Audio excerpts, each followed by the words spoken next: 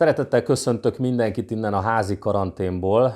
Mai napon hivatalosan is megkaptam a határozatot, egyébként e-mailen küldik a határozatot, ami elrendelte a karantént, 10 napos karanténra köteleztek, de hát valójában én már önkéntes karanténban vagyok az első pillanattól kezdődően, és ahogy azt már megírtam, ugye enyhe tüneteim voltak, ez kisebb lázat, ilyen 38 és félfokos lázat jelentett az első napon, aztán már csak hőemelkedés volt. Én azonnal tesztet csináltattam, és másfél nappal később hívott a házi orvosom, aki elmondta, hogy pozitív lett a teszt, tehát koronavírusos, vagy hogyha úgy tetszik, akkor ugye covidos vagyok, így aztán személyesen tudom a tapasztalataimat elmondani mindenkinek, aki esetleg tart ettől a vírustól, vagy ugyanígy benne van, mint én a Covid betegségben, hogy én miket tapasztalok.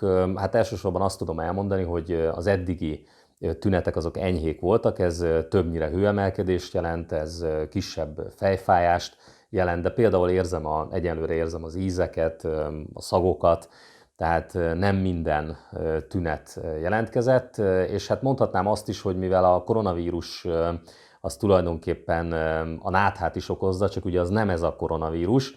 Mondhatnám azt is, hogy hasonló, mint az influenza vagy a nátha, de azért mégsem ugyanaz. Ugye ami jelentős különbség, amit mondjuk én magam tapasztalok, az a légszomj, ami időnként azért úgy rám tör, de az sem súlyosan. Tehát nem mondhatom azt, hogy nem tudok levegőt kapni, csak úgy érzem a tüdőmben azt a nagyon fura nyomást, amit mondjuk egy nátha vagy egy influenza esetében soha még eddig nem éreztem.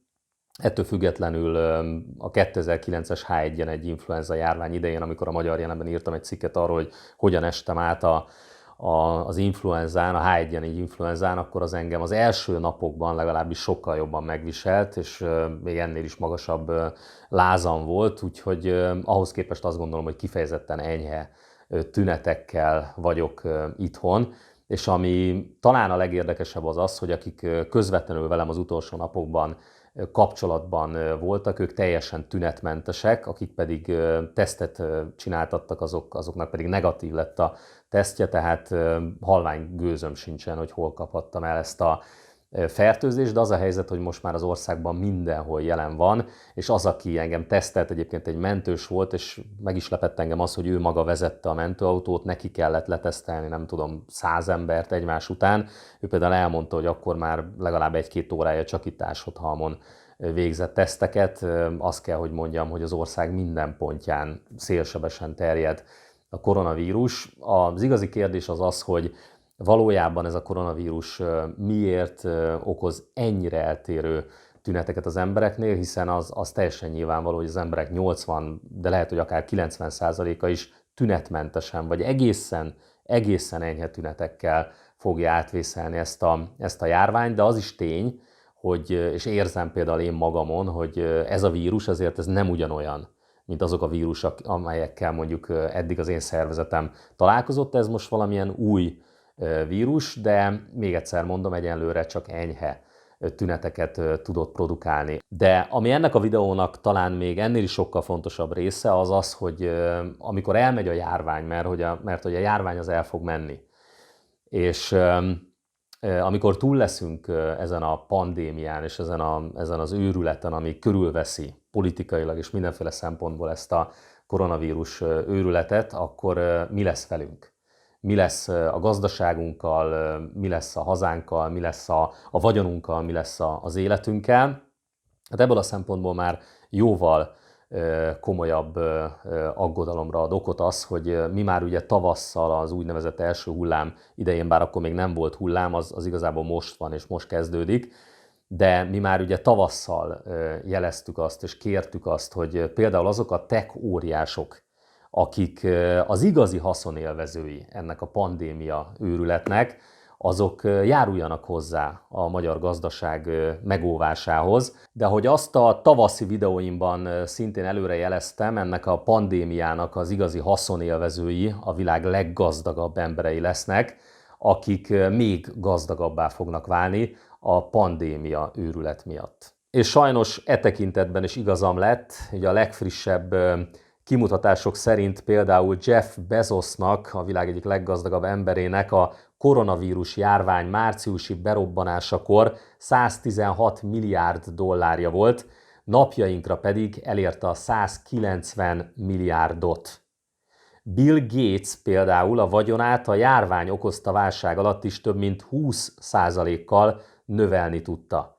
És hát természetesen tovább gazdagodott a koronavírus ideje alatt Mark Zuckerberg is, aki március eleje óta 28,4 milliárd dollárral lett gazdagabb, így a Bloomberg listáján dobogós helyen áll összesen 105 milliárd dollárral.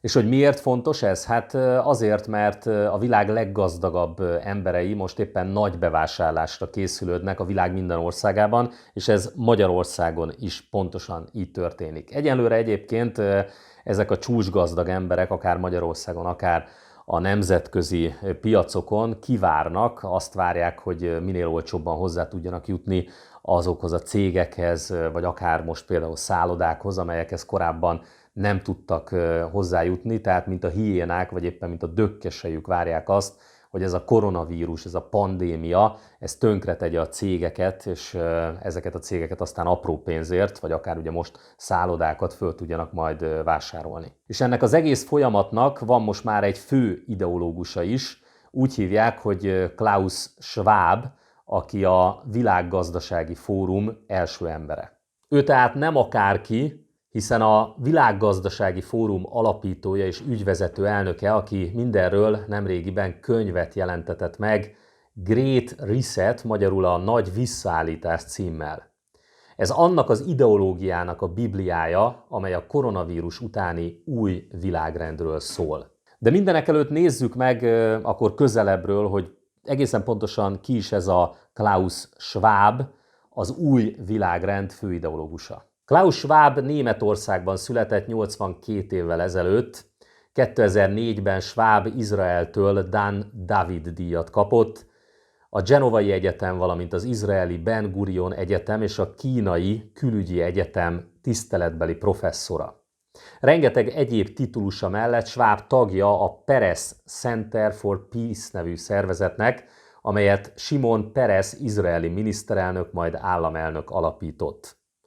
Ezen kívül Schwab az ENSZ Fejlesztés-tervezési bizottságának az alelnöke, illetve a sokáig titokban ülésező, a világ vezető pénzemberei, politikusai által alkotott Bilderberg csoport tagja volt. És akkor most nézzük meg, hogy pontosan mit is ír Klaus Schwab az új világrendet jelentő művében, a Great Resetben, vagy Nagy Visszaállítás című művében. Ő azt írja, hogy a COVID-19 válság az emberek életének minden oldalát érinti a világ minden sarkában. De nem feltétlenül a tragédia az egyetlen öröksége. Éppen ellenkezőleg a járvány ritka lehetőségeket kínál a világ újragondolására. Nézzük csak meg, hogy a saját szavaival Klaus Schwab hogyan is mondja el ezt nekünk. The COVID-19 crisis has shown us that our old systems are not fit anymore for the 21st century. It has laid bare the fundamental lack of social cohesion, fairness, inclusion and equality. In short, we need a great reset.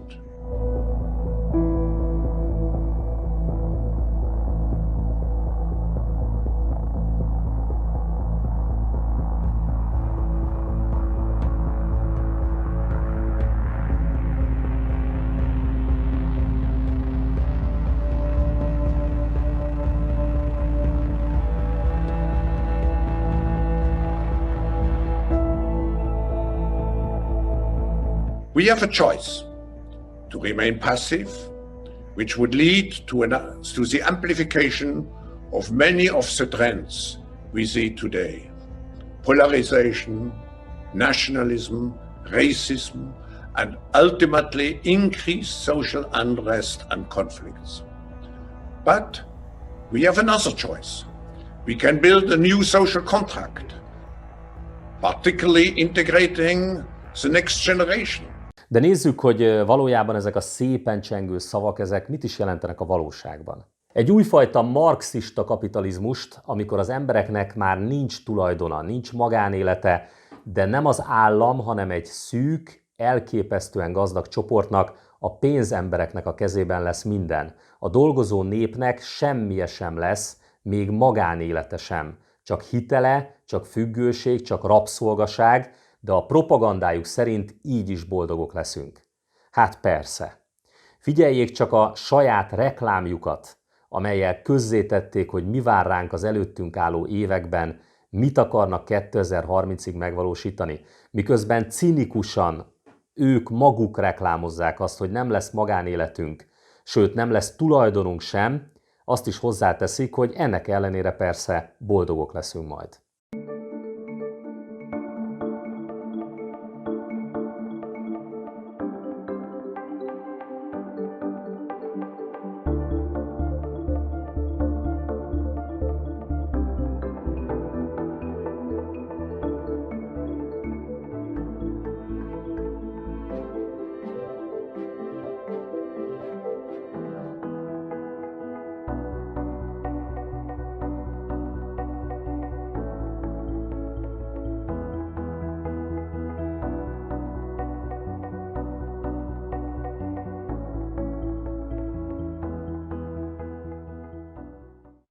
Ahogy láthatták, ebben a reklámban többek között az is szerepel, hogy bár ugye nem lesz már tulajdonunk, nem lesz magánéletünk, de szerencsére jóval több migránst kell majd befogadnunk Európába. Hát ezt is szeretné a Világgazdasági Fórum első embere. Érdemes egyébként megnézni a Világgazdasági Fórum oldalán egy érdekes ábrát arról, hogy mit is jelent valójában ez a nagy visszaállítás, vagy Great Reset.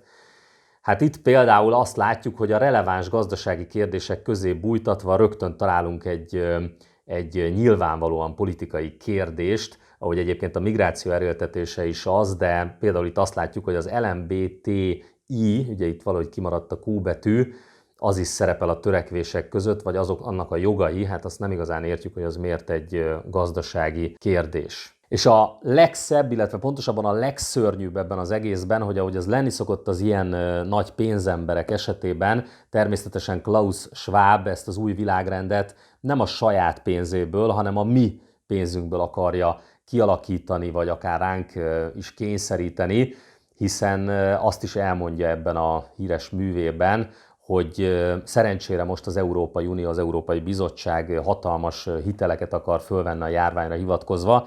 Ugye ezek azok a hitelek, amiket mi, a gyermekeink, unokáink, dédunokáink fognak majd visszafizetni, és ebből a hitelből, ezekből a hitelekből, ezekből a pénzekből akarja ezt az új világrendet majd megvalósítani. Hát én azt gondolom, hogy ez ellen kellene elsősorban a magyar kormánynak harcolnia, tennie valamit, de a magyar kormány sajnos ezzel kapcsolatban meg sem szólalt, és nem is tett semmit az elmúlt fél esztendőben, pedig meg kellene védeni a magyar vállalkozásokat, mikro, kis, középvállalkozásokat, a munkahelyeket, meg kellene védeni a magyar embereket, ugyanis mi szeretnénk továbbra is szabadok maradni a saját hazánkban. Akinek már nincs és nem lehet tulajdona, nem lehet magánélete, az már nem is szabad ember. Ez ellen kellene a legkeményebben most éppen harcolni.